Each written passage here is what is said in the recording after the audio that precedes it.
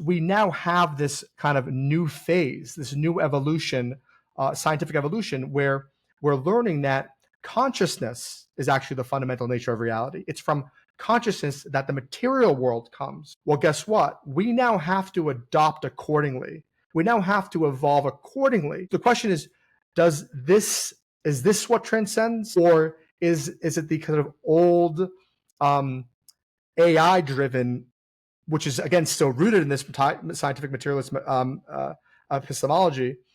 Is that what's going to kind of take hold? Hey, wholeness, welcome. This is Josh, integrating presence, inner skilled. I'm rejoined by Aaron Scott today. Aaron, what's going on?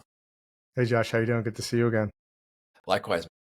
So, for those that don't know Aaron Scott, you introduced yourself in the last one, but I'll just throw it back again to say, who are you? What do you do? And we came on to talk about your new book. Yeah, might as well just segue right into that. And I don't know if we need to do too much small talk, but we'll do what we need to do here to get into it. Absolutely. Yeah. So I guess very quickly, again, I'm somebody who worked on Wall Street for close to 2 decades. I've been in the business world, and I had, I guess, what is commonly called an awakening. Relatively recently, maybe about 2 years or so ago, and kind of it brought me to a place where I think with many of us, depending on obviously the individual circumstance, it brought me to a place where I was propelled to kind of question and to look for deeper insight. And this book is sort of the culmination, if you will, of that insight, and maybe more importantly of that awareness. And really kind of what I try to do in the book is offer not just a practical toolkit to sort of navigate life in general and understand kind of our place in it, but offer a coherent path to awakening. And I really, so obviously kind of everything is filtered through the individual lens, as we all know. But I try to kind of take my experience and perspective anchored in, real sort of empirical data knowledge of both the metaphysical realm, if you will, and the practical world. And I try to outline for people, and this is kind of like really important to me. This was really one of my conscious aims when writing the book. Outline how these topics around metaphysics, around anything from spirituality to psychology to awakening in general, are really anchored in reality and are really anchored in a sort of veiled construct that most of us are detached from. And I do this operating through the sort of divine intelligence that we have been disconnected from, that we seem to not even know is there. It's obviously readily present and accessible if we kind of open our eyes to it. And I sort of take this as kind of the foundation, if you will, and I build from there, and I show how on a societal level through our systemic constructs, whether it's through economy, economy is kind of the most pervasive, but whether it's through economy or education or religion, or even kind of on a more granular basis through, our medical system, things of this nature, I show how we have unconsciously, I believe, in many ways, detached ourselves from this divine intelligence, and how this really, it's my belief, it's my thesis, if you will, is the root cause of so much trauma. And it's not just about not honoring sort of the ebb and flows, the rhythms of life, the natural currents. This is kind of crucial and part and parcel to the discussion, because certainly people need rest. Where we wake and we sleep. We need to be cognizant of our natural bodies and our connection to them, but also on a far deeper level in how we integrate into the world through our inner alignment or our fragmentation. And I link, I think on a fairly, what I think is a very coherent way, how these topics of coherence and divine intelligence and rhythm transcend planes, and how, again, we've been disconnected from this metaphysical construct, this understanding of coherence and internal integrity and internal alignment, and how if we would only kind of open our eyes to it and understand the world around us as we've created it, and also how it naturally truly is, that we would be able to really truly evolve individually, personally, but then also, humanity at large. So this is, again, the blueprint that I outline and build off of in my book, really. Well, cool. I think let's start from like the ground level, like where we are. Usually is a good place to start. Like where we are. When I say we, I mean maybe on an individual and but more collective level. And the big question comes from there is, well, first off, I think if you want to encapsulate what you mean by awakening, because some people have different definitions. We've got awareness, we've got awakening, we've got liberation, we've got realization, we've got enlightenment. These terms, but we'll just go with awakening. And then also, how do we get to this state where? Why are so many people not awake? How do we get there? And you're focused more, which I agree, the emphasis should be more on what to do about it. But I think as a background, how do you see that? I'm always fascinated on why it seems so challenging for some, and others seem to be born into this life with memory. But then we look kind of more on a collective level, and we see what, well, of course, we're yes, we're not awake.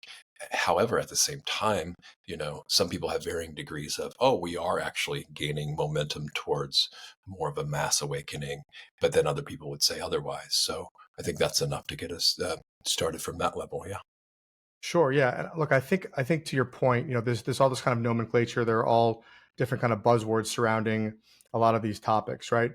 But for me, and again, as I kind of alluded to in the description, I really believe that we are at a point now where um, we should kind of move past revelation, if you will, and into integration. And I really make a focus in my book to make this into a practical discussion, right? I understand that these topics, again, can get esoteric and abstract, and there's no poo-pooing that. That's not kind of the point of the discussion. There is a place, and I make very clear that there is a place for breath work, somatic practices, meditation. I mean, this should be integral to the everyday person's life. It's kind of comical. I think it should be part of as common as brushing your teeth. I mean, it should just be part of the curriculum, right, of everyday living.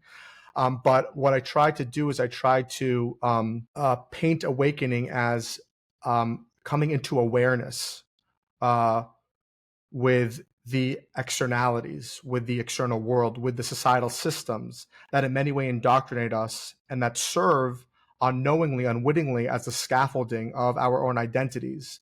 And then on a deeper level, a more connected level to this topic, um, obscure an individual's true sense of self. This is really kind of what it comes down to. And the sense of self, or true self, in my opinion, parallels this idea of the soul, or of this construct where you're getting to kind of the deepest part of the individual that we have been cut off from. And it's about peeling back these layers through awakening, through awareness, um, through transparency, truth, a heightened perspective, that individuals regain sovereignty, where they're exposed to real autonomy, because again, they're not being pushed and pulled by this sort of programming, if you will, this indoctrination, where people over-identify with their job, or the amount of money they have, or the general performative nature of life. We perform all the time, right? So this to me is kind of what awakening is about, and I structure it this way, again, because I want to, and I was very conscious of this, I want to make these topics more practical and more relatable to the everyday individual, because I believe in truth. These should not be relegated to the fringe. These should not be relegated to the external. These should be part of the everyday integrative conversations and how we live life. It's a really good point. I know I could get into really fine details about this notion of self and soul and things like that, which I think are important, but they're not as important as what you're saying on the everyday life. So I don't want to get us into the weeds on there and split hairs. Um, Although I do think these are core issues that that there's some separation, misunderstanding between those kind of on a divinity path and those who are kind of coming at it from more of a Buddhist thing. But let's just set those aside, because where we do have immediate common agreement and kind of concord, and where we can really dig into, I think, a level that we need to dig into, and that's going to have kind of most benefit most rapidly, is kind of our everyday external world, in a sense, so in that sense, there is, from my view, it's more of an kind of an internal journey, and then it goes out from there. But we can also go the other way around, where I think if we're talking about the masses, it's more applicable, since we've been so conditioned to orient to the external world first. Again, start with where we are. And if you don't mind, I would like to jump into some of your expertise in the financial world and use that as a jumping in place for some of this, kind of a practical thing. And one of these notions I heard about recently, if you don't mind me going here, is with Whitney Webb. And this, I think she does like this unlimited hangout. And help me. I don't know how much detail you need to do to correct me here, but the general sense I get is that with the financials, and I want to ask about how you feel about a reset. I've heard this in the background from a lot of people for a long time, and I don't maybe pick your brain on where that might be going, pros and cons of what should be done, what shouldn't be done around that.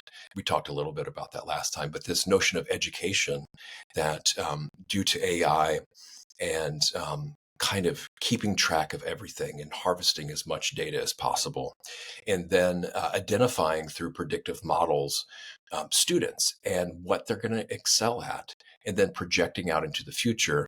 Okay, we predict this person, the student, when they get older, to be of this amount of value to the society in this certain way, very highly controlled, technocratic structure, I would say. And then they can be turned into like a financial product, and then people can invest and trade on them in certain markets. And then with things like environmental, social governments or governance, or like a lot of that stuff I hear is going away or changing. But then for the people that are going to fall behind, or that won't fit into that system and be able to extract value, say, from, then they can offset, certain companies or organizations can offset by somehow investing them like a kind of a welfare thing or something to bring their scores up and things like this. So, I mean, in some sense, we already have people bought and paid for on markets anyway, kind of indirectly, I would say. I don't know how you would illustrate that from the old system into something like this. So how do you see all this? And is that completely far off? Do you see it going that way? Yeah, pros and cons and alternatives or whatever. Yeah.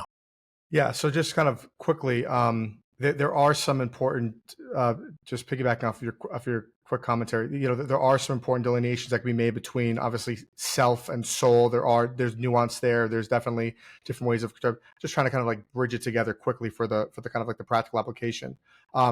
And I think that in kind of answering the question that I didn't quite get into, kind of like why we're here, we can kind of parlay that into this conversation. And I think that all of these topics lend itself to this kind of the way that we've constructed, again, society and our reality, and where humanity has been put into serve industrial logic, right, institutional logic, and everything becomes utilitarian, right, and you have no value unless you're offering utility. And again, and bring it kind of back on a more metaphysical level, we embody this understanding of ourself, right? We are indoctrinated this way. We go through school in order to get a job. We don't go to school to nourish ourselves, to find out who we truly are, to find a path of internal coherence, right? So it's interesting because when you look at AI and the way that it's been developed and the way that it's being developed and who are developing it, right? You have venture capitalists, you have private equity, you have sovereign nation states, you have military, the military-industrial complex, multinational corporations. These are not entities that serve humanity historically. They in truth use humanity to increase profit margin, to increase revenue. They study trends. They analyze data. They data mine. They try to, it used to be trying to understand what people are buying in kind of a looking back vantage point. Now it's become, well, what are people thinking, right? Let's front run what's going to happen and use predictive models to do so. And I also think that what we've created and what we are purporting to create is misunderstood deeply. And to get more definitive in what I'm trying to say is that we proclaim AI to be sort of the evolution of consciousness, the evolution of human consciousness. This is where we will evolve to. This is a representation of, again, evolution. Remarkably, this couldn't be further from the truth because it's discounting an entire part of ourselves. It's saying that human intelligence is relegated to metrics, relegated to linear measurement, relegated to static data sets. This is, again, half of the story, as you know, because we are not just the logical mind. We have an entire emotional, emotive component to us. We have a spiritual component to us, and this is integral. This is again part and parcel to true intelligence, to true sentience. Yet we are sculpting AI blind. And in my book, I speak about this. Actually, I call it the apex of disembodiment, because in truth, that's what it is, and it's a reflection. It's a mirror on how we view ourselves and how our leaders view ourselves, humanity and intelligence. And we are projecting and we are falling into sort of the same traps, the same historical traps, the same industrialized, mechanized, utilitarian traps.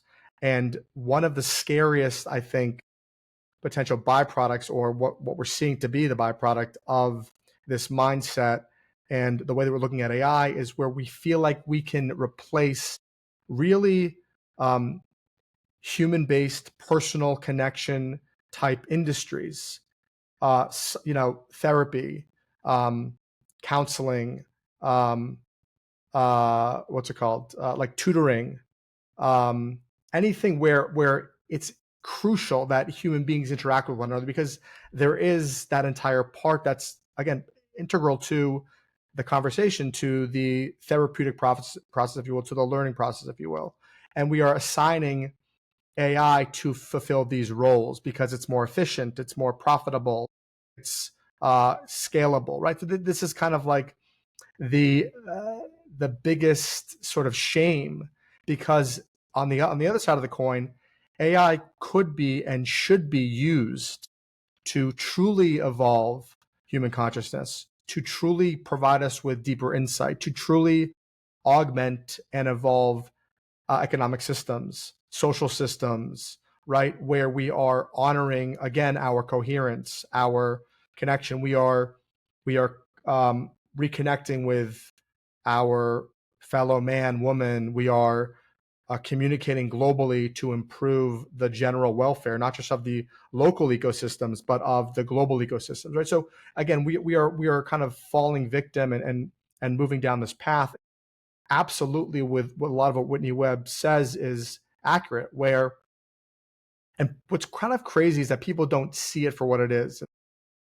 This is again a big part of my mission, to bring awareness, to bring heightened awareness, to provide proper context. Because if you don't have the context and the grounding and the background, you kind of don't see the big picture, right? So with all of these digital IDs, with all of these with what kind of you're seeing with crypto, and how you're getting these sovereign, you're getting this kind of digitized monetary system that's going to be controlled on a governmental level, right?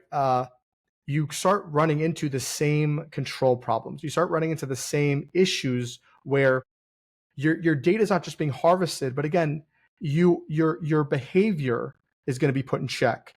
If you don't behave a certain way, then you have money taken out. If you are not doing A, B, C, and D, then you will be penalized. If you are not transacting in this way, then you will be penalized or you will be cut off from society. I mean, what's going on in Great Britain is astounding, that a government is telling you that you cannot work if you do not take on this digital ID. And again, it's kind of like such sheep herding where people don't see that this is the most overt control mechanism ever to have been rolled out. It is actually a threat to livelihood, saying you cannot live in society if you do not conform to this Orwellian control mechanism, right? So when you're running down this path of technocracy, when you're running down this path of, again, utilizing technology and AI to, on one hand, improve business, improve understanding people's habits, improve, again, front running markets, seeing where the appetite will be, or seeing how this person will fit into this structure, and then accommodating that sort of beforehand. Whatever kind of methodology is being used, it all leads to the same path of control.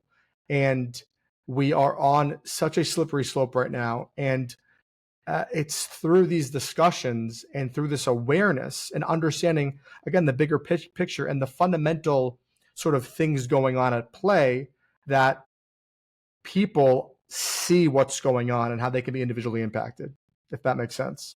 No, it does. And I love this notion of coherence. It's kind of a really good buzzword right now. And I need, well, yeah, it's a good guidepost for me too, because I can be all over the map sometimes. I jump in with specific points and without context and background. And so I love how you ground this, give context, and paint the bigger picture in such a coherent manner. So you're doing the work, the hard work for me, and I really appreciate that in this conversation. And it's great. So and appreciate the depth of your knowledge, and then making it so accessible here too, which is really good. We talk about um, super intelligence, right? This is what some of these people, they want to do. They want to have the most data centers, from what I understand. I mean, I could be off here, where they think that this is going to bring them super intelligence. And so, like you're saying, at the end of the day, we're repeating the same things. And so I'm like, okay, what's the root? And again, it comes down to the same old roots. I think that they have been there since the dawn of time, maybe, and it's greed. How much money and control and power can I get? Ill will, which feeds into fear. Oh, if we don't do this, somebody else will, and then we'll be. There's so many survivalist programs going on. I mean, what is the quality of life if we're just living from a survival mentality and basing it all on?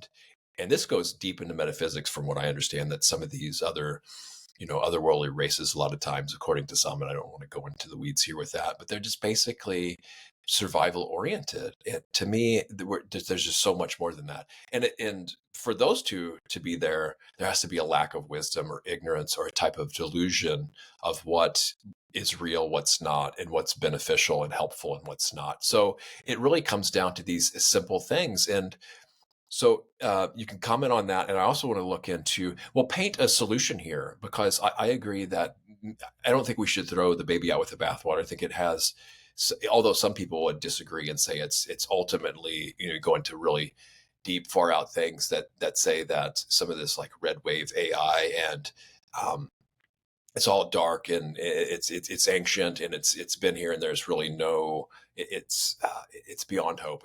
And I don't know, because I'm not at that level to discern these things for myself. Maybe, but maybe not. So if we're looking at a benevolent AI and checks, just to paint a kind of a real world example, I was using it the other day, really obscure thing. I was looking into like the Burmese version of the Pali Canon in Buddhism, and I was wanting to know the specific significant points versus like the Thai canon, and then maybe the one in Sri Lanka. And it was like, okay, I can do this. I'm always awake. I'm relentless. I never sleep. And it was just like, are you like some kind of Nazi on meth, that you're just like, some kind of, I mean, I couldn't, it's just like, am I supposed to take this serious? Or are you just are reverting to your old bro behavior of this one certain AI that went away for a while and now it's back on, and you're kind of, hopefully it's kind of being joking about this, but it was just yeah. So the responses it's giving, some people will try to anthropomorphize AI, but it seems to be just kind of like a mirror. But I'm just like, well, did I really mirror that before? I mean, where is this coming from? But the more important thing is, okay, how much are we allowing this to condition us? And we can go into the whole thing about AI hallucinations and how some of the creators have even lost control of it. They don't even know how a lot of it's working. And some people say it could be sentient. Some people know it's just responding to algorithms. So I think there's maybe a few things to address here, or maybe none of that's important. But yeah, just pick up whatever you think is worth responding to with some of these points here too. Yeah, so I think I'm of the belief, and maybe there are certainly people who like sort of the far-fetched tales of this archonic grid where we are trapped, and there's this whole methodology of escaping, and you can reference the Gnostic texts, then you can look at AI as part of their programming. And look, again, I don't have the knowledge base here, and I think a lot of it is skeptical. I think a lot of it is driven by paranoia. Here's what I do know, and this is what I touch on this in my book. What I can do is I can outline a definitive path through which we have evolved to this level of consciousness. And one of the sort of most pervasive paradigms, one of the most pervasive epistemologies, which bleeds into our cosmology, is the construct of created through scientific materialism. This was adopted during the Enlightenment era through academia. It was sort of the secularization of the religious hierarchical model, where and then also of our sense of place in the universe, if you will, where everything in existence worth understanding was measurable, was independence observer based measurement. The value was driven from that. It was everything was reduced. It was a reductionist model where nothing really had meaning, and this kind of laid the fertile ground, if you will, for the industrialization, for the colonization of the world. And again, this is the actual thing that has happened when we allowed money and industry to govern our entire life. And this is obviously the byproduct of greed, of fear, and of the manufactured scarcity that really kind of started and then was pushed to an extreme in our present day model. Because in truth, if we look at what value is derived from, I'm talking about on a global financial market level, on a commodity level, it is driven only by manufactured scarcity. We have a finite money supply. We have a finite amount of commodities. We also have manipulated pricing in those commodities, where supply and demand economics don't control the actual price. It's a cartel that owns the majority of the resource, and then they dictate the price, right? So when you have this model, and some could argue that this is kind of a model, again, it could be orchestrated by the archons, and they could have planted reptilians, and the reptilians are the monarchs, and they're the ones who look, maybe that's what's going on. But what I do know is that we have, as a civilization, adopted this methodology, this way of life. We must take ownership of this. And these other theories lend themselves to a victimhood mentality, because what happens is we outsource ownership to the external forces that we are now detached from. We're victims. In truth, we internalize these things. And just like all of these systems in place, just like all of these ideas about AI, just like everything, and this is kind of an idea that people are detached from as well, we embody the consciousness of these systems, whether it's an economic model, a capitalist model, whether it's the AI that we're using, how we're using it.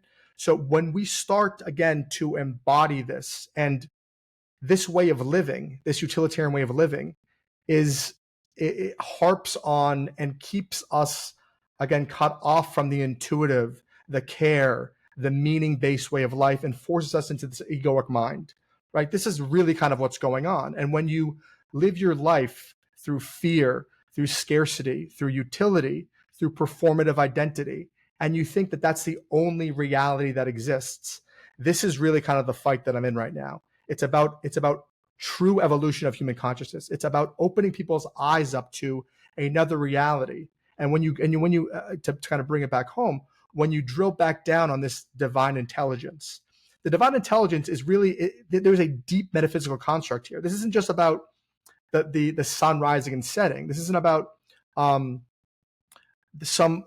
divine bubble formation or hexagonal structure within honeycombs that is the most efficient path that requires the least amount of energy. Yes, these are principles, but these transcend deeper planes because they feed into the way that we look at ourselves and the way we live our lives. And people have been cut off from this. So these discussions are so pertinent and so important because we have to realize how we are all part of ecosystem upon ecosystem and how these ecosystems transcend planes. So again, to kind of bring it home, we need to start looking at ourselves as victims to some system.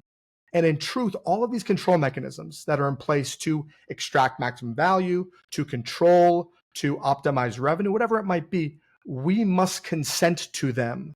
People don't realize that. None of these have power if we consent. If we agree on buying into the digital ID, you give the system power. If you agree to be supporting a company that exploits women and children in a sweatshop in Bangladesh, you are consenting to that power structure. You are consenting to that model, and you are consenting to, on a deeper level, a moral structure, an ethical model. And again, whether you realize it or not, you are telling yourself, it's okay. It's not me. Again, losing the coherence with humanity. This is all part of the discussion. And when you go down that path, and when you're doing things for your family, I mean, even like kind of like the everyday practical life. Let's talk about coherence. I talk about this in my book. When parents say to themselves, I'm working 80 hours a week to give my kids a better life. I'm sacrificing my relationships to give my kids a better life. Well, what is actually going on here? What you're actually telling your children is that self-fragmentation is okay. You're telling them that it's okay to sacrifice what truly nourishes you. It's okay to sacrifice the meaning in your life, again, for utility. This is what you're actually showing them. Now, I'm not saying that I'm trying to be dogmatic here. I'm just bringing it kind of to your awareness, to your attention. And again, this is about reframing people's reality, understanding their place in it, and understanding how much power they truly have. Because if we no longer consent, or if we see the world differently, if we can grasp the nuance of our reality, this is what breeds an evolution of human consciousness. There's no two ways about it. This is such a huge, important point. And when I came upon this in my journey too, about how a lot of this is consent harvesting, these forces, they have to basically get you to consent to things. And so what are the excuses to, well, it's too inconvenient, right? I don't have enough time. Everybody else is doing it. Is it really that way? No, surely I can get around it. What is all this legal print? I'm not going to read it. Well, I mean, so it's convenience and time, but on an energetic level and choice level, this has a huge impact. And you pointed a really good picture, and it's almost like people have to do their own some of us have to do our own investigation and look for the causes and effect of this. It is of utmost vital importance, and we do have power, and our choices do matter, and what we consent to. Even, it can get really subtle too. Some of it's more blatant and some of it's subtle. It's from just watching something on TV and not either speaking out. They assume this tacit consent, which is another kind of, and I don't know the extent of it and how legitimate it is, but they assume tacit consent if you don't speak out or at least make a mental choice that, no, this is not okay, or, what is my intent for doing what I'm doing too? And that drives our kind of thoughts and our speech and our behavior is what we're intending to do. It's a really important thing. We can see more in meditation this. Now, for someone like me who's still a little bit overly fascinated with like the hidden hand, and hopefully I don't go into, but some of us that feel we have a greater responsibility and not to get sucked into more drama triangles.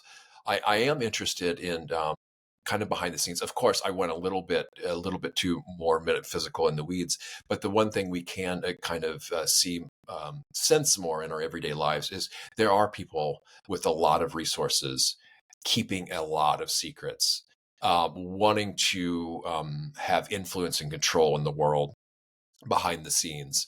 And so we have the military, industrial, scientific, and all the other uh, industries and sectors we want to tie into this, and a huge amount of classification and secrecy and say black money involved in a lot of different things.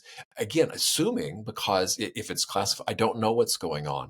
And we look at like secret societies or semi-secret societies, and how you talked about the scientific over rationalization and the quantification and measurement of everything. And some people say, well, that's kind of the left hand brotherhoods that had a say in establishing all that.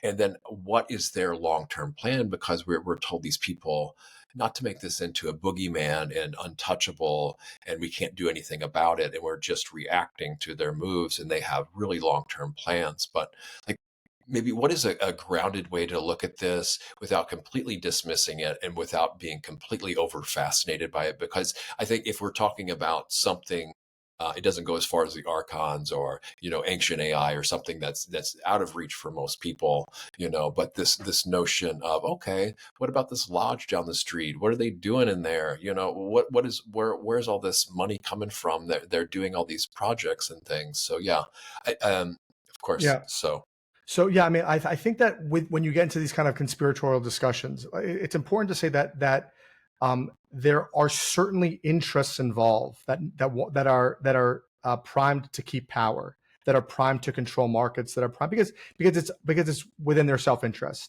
And again, to look at a central banking mechanism and to say that it's not a mechanism of control, a mechanism of financial enslavement, a mechanism of power retention, meaning when you hold assets and you have a central bank, you will maintain power, you will maintain the financial stability that you have because you're on this sort of infinite inflationary trajectory. Right? Why the stock market always goes up, why assets always go up? Well, because there's a constant devaluation of the dollar, right? For example, and these interests align with that, right? It's so again, I think that to ignore power structure and ignore corporate dominance or market dominance would be to be completely unconscious. But I think what happens with a lot of these discussions is people mistake cause and effect. And I think that when we look at the effects that these systems have, man-made systems, by the way, and again, linking it to some ancient AI or linking it to some nefarious group that strategically eats children to summon demons or whatever these things might be, right? You're kind of running again. You're kind of running into this kind of victimhood mentality.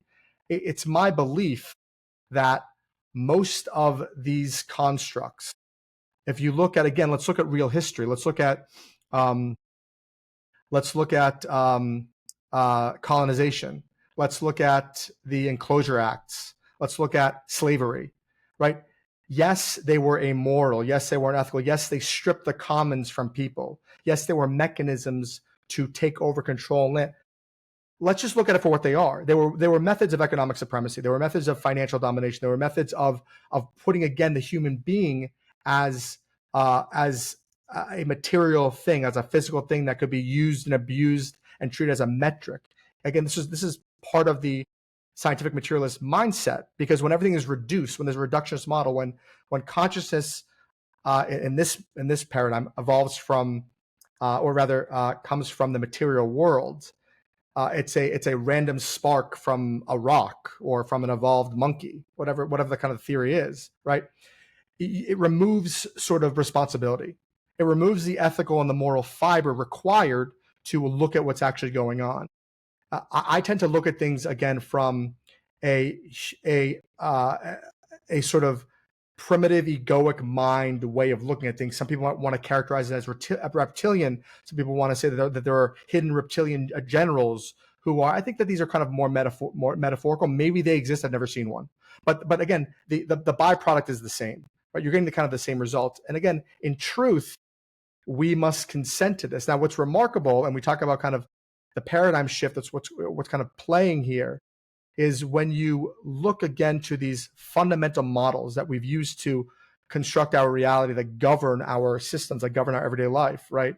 Enlightenment, scientific materialism, even kind of religious hierarchy that we've sanctified in the modern world.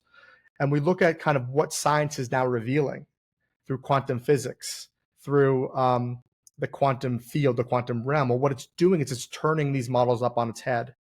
And just as we as society sort of built systems and structures around old paradigm models of understanding our world, our cosmology, our epistemology, we now have this kind of new phase, this new evolution, scientific evolution, where we're learning that consciousness is actually the fundamental nature of reality. It's from consciousness that the material world comes.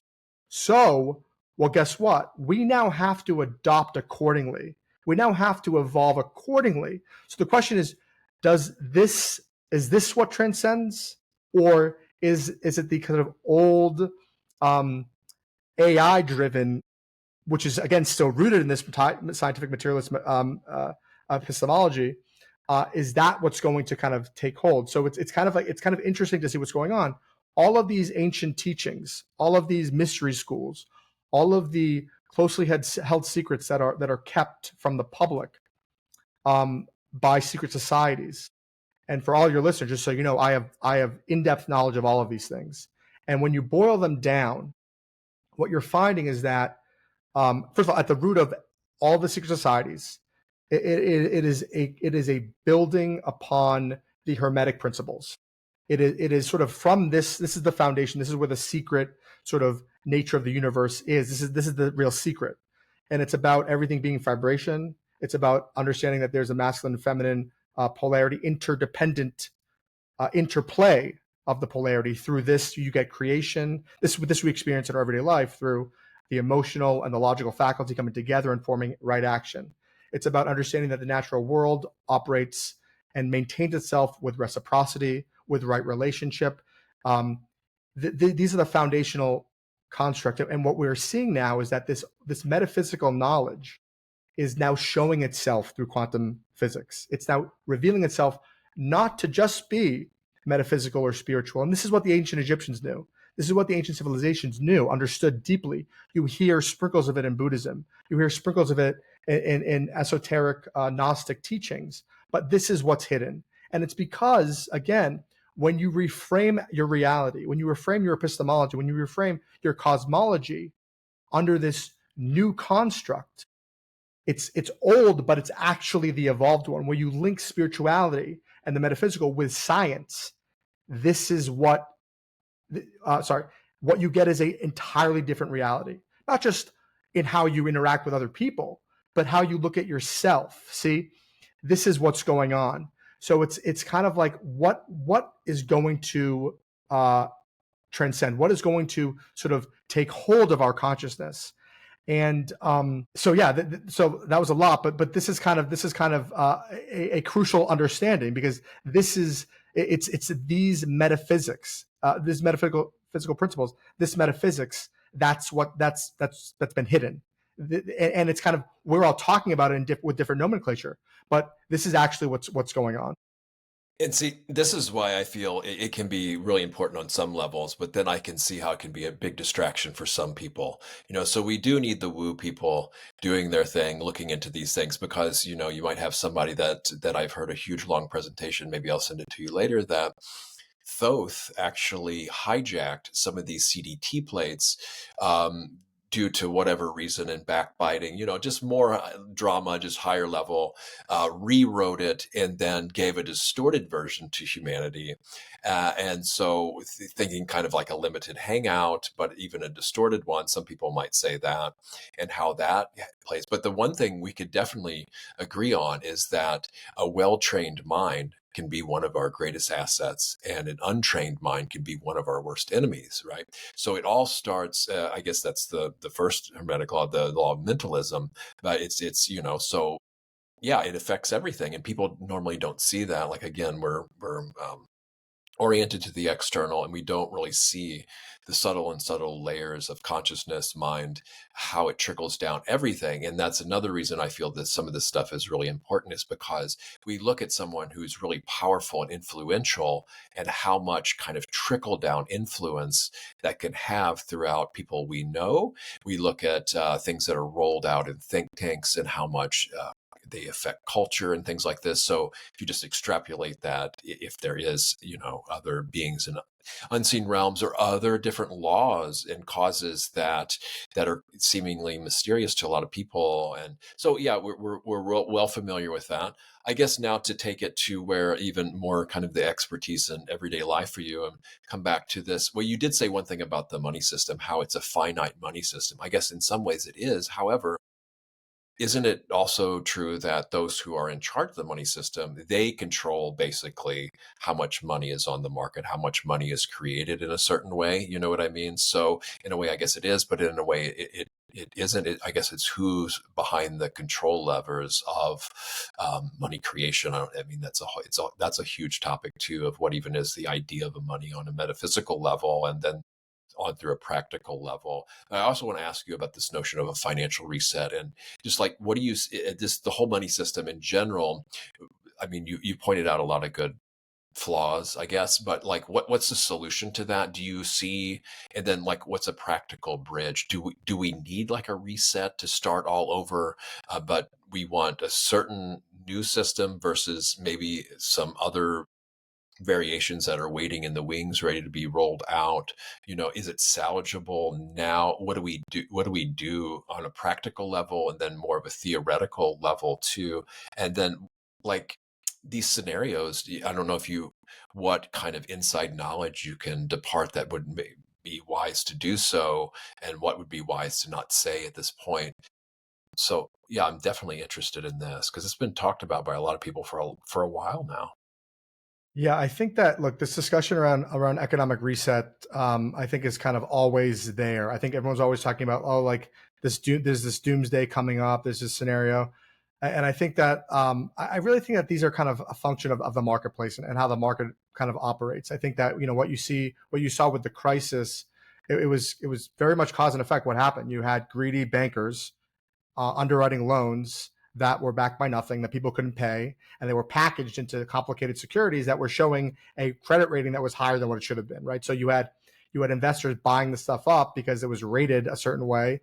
They weren't valued what they were rated, and they were going to take on massive losses that they weren't anticipating. Now, when your engine is loan based, and you're just underwriting constantly, there's a steady flow, and you're expecting a certain amount of money, and then you're accounting for that on your kind of balance sheet, and your risk profile. And then when you start getting, 10%, 15%, 20%, 25% erosion of collateral levels, you're naturally going to collapse on yourself. It's just what's going to happen, which is what happened, right? So again, I think that we give a lot of kind of like these theories too much credit. It really kind of comes from greed. It comes from people taking advantage of markets, people trying to manipulate markets, which happens all the time, whether it's through insider trading, or again, trying to game a system, whether to again, just however they can kind of make as much money as possible. Greed. And we can talk about the metaphysical reasons behind greed, but this is kind of really, I think, what it comes down to. And I think that with what we saw with crypto and these other digital currencies at the kind of like the beginning, I think that it was very exciting, because I think it was showing a decentralization of the money supply. It was showing that there were other ways, that there was actually a currency that was based on some store of value. There was a limited amount of it, and you could count on that, right? This is what we had with gold, which we were detached from. The U.S. dollar was detached from, and then kind of you saw what happened with. Well, there were a number of kind of conspiracies around why Kennedy was killed, but I mean, one of his big pushes was to bring us back to a stable U.S. currency, right? So and it's important to understand that money supply and the financial markets where they operate, it's kind of like the biggest control mechanism, not because it's structured to control, but because, again, the effect is controlling. because you are limited in capacity. And then, but the problem here is, and this is kind of like the issue with where things could evolve to, or will there be a reset? As long as you have government controlling your currency, as long as you have government then controlled by special interests, by corporations, by a banking system, this is the problem. So unless we have a currency that can't be manipulated, I don't mean manipulated by market players, I mean manipulated by the control mechanism at play to accommodate certain interests, right? So when you had BlackRock, when you had JP Morgan, when you had the major financial institutions come in and buy up crypto like they did, right? The party was kind of over. And you have President Trump talking about incorporating or rolling into taking our debt, rolling it into crypto, or right. So again, this is not solving the problem. It might shore up the balance sheet for the United States, but it's parlaying us into another control mechanism. And this kind of obviously bleeds into digital ID and how that can be controlled as well. Right? Exactly. And then I've heard that getting everybody to go into crypto and then having like so much of and then devaluing that and getting rid of the debt that way. That's kind of an agenda I've heard too. But what I'm wondering more, even on a fundamental level, there's so much deception and trickery. What if something new is presented? Like, people are talking about different stable coins, and I know not whatever flavor or reinvention of central bank digital currencies, and it's actually rolled out as a solution to fix all this thing, but it's actually then again another deception that people don't realize. Maybe my mind is way too parapolitical, and I don't like the word conspiratorial, but we're just going to use that. It's hard to know, right? I mean, unless you really have the origin, like honestly, people don't even know the origin of Bitcoin yet, which is kind of a joke. Yeah. Because but Satoshi, from my understanding, right? from everything that I've kind of like deduced, I think that it was rolled out from like the NSA or the CIA or one of these kind of intelligence agencies. It kind of seems what it's from. Yeah. Although Gauge like people how they're going to use it in order to roll something else right. out, maybe, or even if not, there's that layer to it. I'm sure it's multi-layered in its approach of why they did it and who did it and why. Sure, but again, it's just very hard to see a path that's being charted on such a sophisticated level by people whose agendas you're unaware of, if there is even an agenda. But at the end of the day, again, it's you can rest your kind of laurels, or you can rest your hat on the idea that everything is happening to maintain financial supremacy, satiate greed, and maintain power, right? And it's based on these kind of base level, again, egoic driven sort of minds. Right? This is what's going on, and then people get metaphysical and spiritual and conspiratorial about kind of how this comes together. But at the end of the day, like, to me, again, yes, it's important to kind of understand the players here. I can tell you that I've worked in the highest levels of finance with people that if you were to talk about them, you would say, oh, this is a evil demonic person eating babies and drinking the blood of reptiles in order to, or adrenochrome of whatever it might be. I can just say that's just not the case. I mean, these are people looking to buy another home somewhere, looking to show off another car, looking to expand their corporate blueprint, looking to expand. And I think that there are really sick players like a Bill Gates who operate. I think he's got like a real problems in kind of how he looks to expand his empire, right? Where, again, it doesn't matter. People are just part of the people can be kind of commodified, right? I think many people look at people that way, but it's not. But again, it doesn't mean that they're part of some cabal, some sinister cabal. In fact, what you find is that a lot of times at the upper echelons, they're actually playing. They're trying to take over the other person. They're not like aligned and like kicking back. Like, I can't tell you how many times I've gone to like meetings and like I leave a meeting and like you would think that these people are like aligned and in cahoots, and the guy's like, I really want to pick up this guy's market share. He's trying to penetrate Singapore. If I go in through a different market in Singapore, do you think I could then usurp his effort? I mean, this is actually what's going on. It's every man for himself, right? So, and it's about who you can leverage and who you can utilize in these close net circles to sort of improve your market share or improve your power or bring on the next best banker or trader with these relationships. This is kind of really what's going on. So again, it's easy to feel like there's this big net, but and again, I think that there is a layer to that on some level, but to just, again, overgeneralize and blanket is just not going to give you an accurate picture of the reality of the situation. It's far more nuanced and it's far more integrated, if you will, than people might think.